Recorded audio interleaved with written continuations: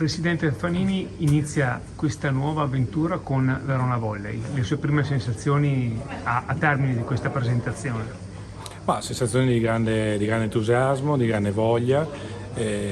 Diciamo che è un ruolo sicuramente diverso rispetto a quello che ho rivisto in passato, chiaramente dal punto di vista della mia professione di consulenza legale per le varie società che si sono succedute negli anni, però insomma è un ruolo che mi è stato appunto proposto, che ho accettato con grande entusiasmo, perché diciamo la voglia della nuova proprietà era anche di avere comunque una figura che potesse coniugare comunque il passato, il futuro del volley a Verona, e mi ha fatto quindi molto piacere. Abbiamo, come dicevo prima, molti progetti, molta voglia di fare.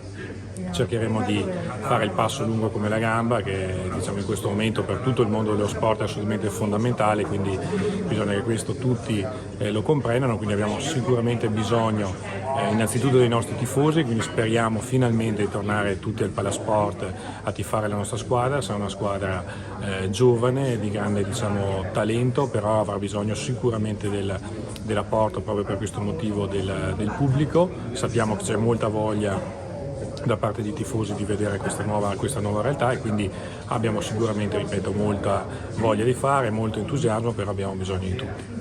Per ricoprire la carica di presidente di Verona Volley ha dovuto lasciare la carica insieme alla Lega.